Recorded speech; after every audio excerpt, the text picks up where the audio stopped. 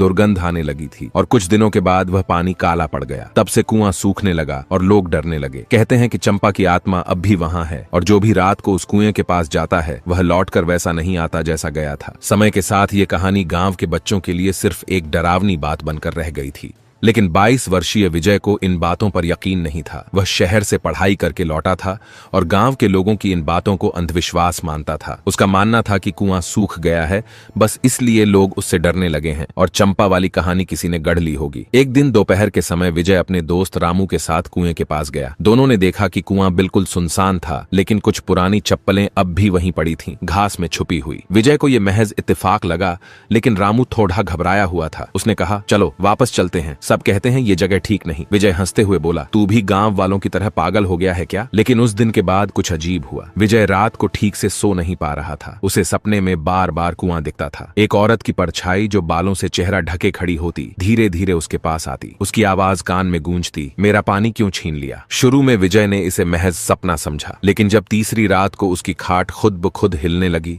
और कमरे में किसी के चलने की आहटें आईं, तो वह घबरा गया। उसने चारों ओर देखा, लेकिन कुछ नजर नहीं आया। सुबह होते ही उसने रामू को सब बताया। रामू डर के मारे कांप गया और बोला, मैंने तुझसे कहा था उस कुएं के पास मत जाना। इसके बाद से विजय के साथ और भी अजीब घटनाएं होने लगीं। कभी उसके कमरे में रात के 2 बजे कोई धीमे से दरवाजा